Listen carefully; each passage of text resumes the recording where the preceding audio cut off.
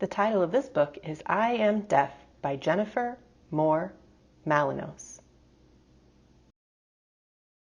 Hi, my name is Lana. I'm 10 years old and I'm deaf. That means that my ears don't work as they should, so I can't hear as well as other people. Some people whose ears are like mine might say that they're hearing impaired instead of saying they're deaf.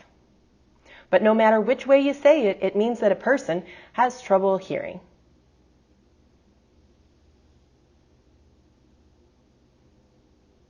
Being deaf doesn't mean that I can't do most of the things other kids of my age can do, and it doesn't mean that I can't have fun either. I play lots of sports. I'm even on my school's volleyball team. I love reading. I have to make my bed every morning, just like a lot of other kids. And I love playing computer games too. The only thing I can't do well is to hear.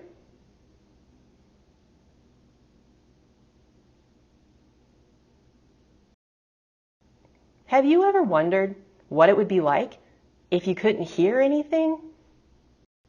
Just think how quiet it would be. Some people are totally deaf, and they cannot hear anything, ever. And then there are those, like myself, who are partially deaf. For us, the world is definitely a lot quieter than it is for other people, but with the help of a hearing aid, the silence can be broken, and we can enjoy all kinds of sounds. Just like a lot of other kids who have trouble hearing, I wear a hearing aid behind my ear. My hearing aid is so small that it fits around my ear perfectly, and you can barely see it. My hearing aid is really good at helping me hear some sounds, but since I'm almost totally deaf, I still have trouble hearing everything, even with its help. I wear my hearing aid all the time, except for swimming or going to bed.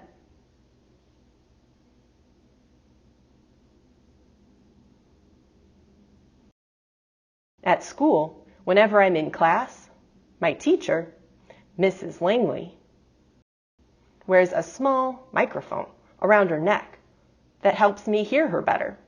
As soon as she starts talking to the class, she turns on the microphone. It doesn't make her voice louder for the other kids, just for me. Pretty neat, huh?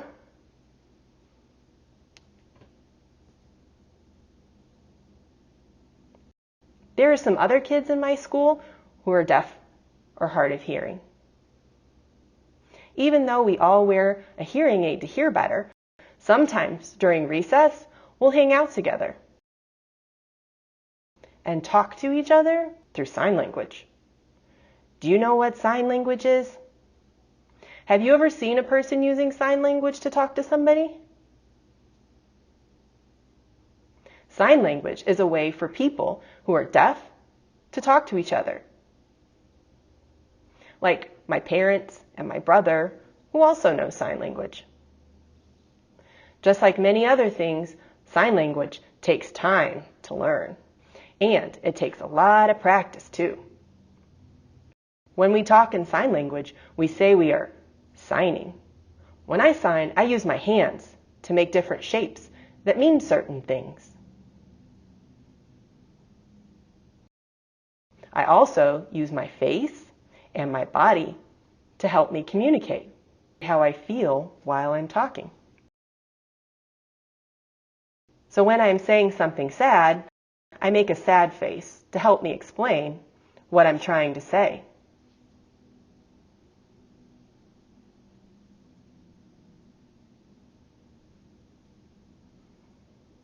When the other kids at school first saw us talking to each other through sign language, they stood around and watched. That's when I had a great idea. With Mrs. Langley's help, we started a sign language club. We couldn't believe how many kids wanted to learn. So every morning, the deaf kids and I helped Mrs. Langley teach the other kids how to sign. Now during recess, instead of the other kids watching us sign, we all talk together. Not everyone who's deaf or hearing impaired knows sign language.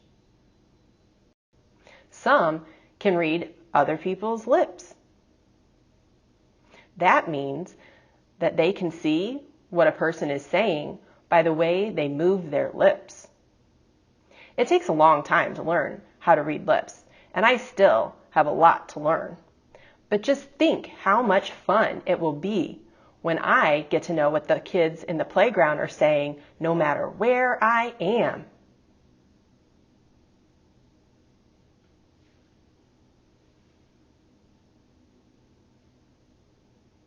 There are a lot of really neat things to help people who are deaf. Some people have special telephones that can light up instead of ringing.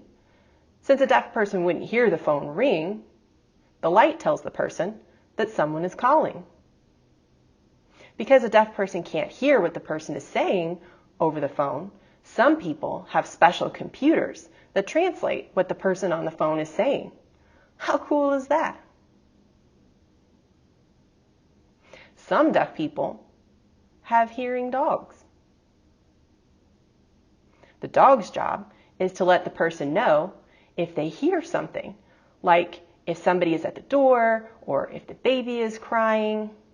The dog nudges the owner and then leads him or her to wherever the sound is coming from.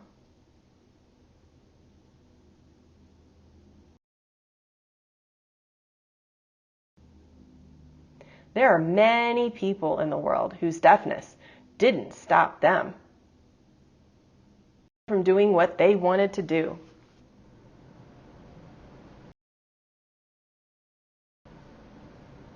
Did you know that Thomas Edison, one of America's great inventors, was hearing impaired? And there are actors and actresses on television and in the movies who are deaf. One day, I'm going to do something important too. Maybe I'll become a doctor or a lawyer, or maybe I'll invent something like Thomas Edison did. Mom always says that just because my ears are impaired doesn't mean the rest of me is impaired too. And that being deaf is no excuse for not trying to be the best I can be. Mom's right. Before I figured it out, I tried to avoid doing things by saying that I couldn't because I was deaf. It took me 10 years to understand being deaf should not stand in my way of doing all the things I want to do, like making friends, having fun, and dreaming about the future.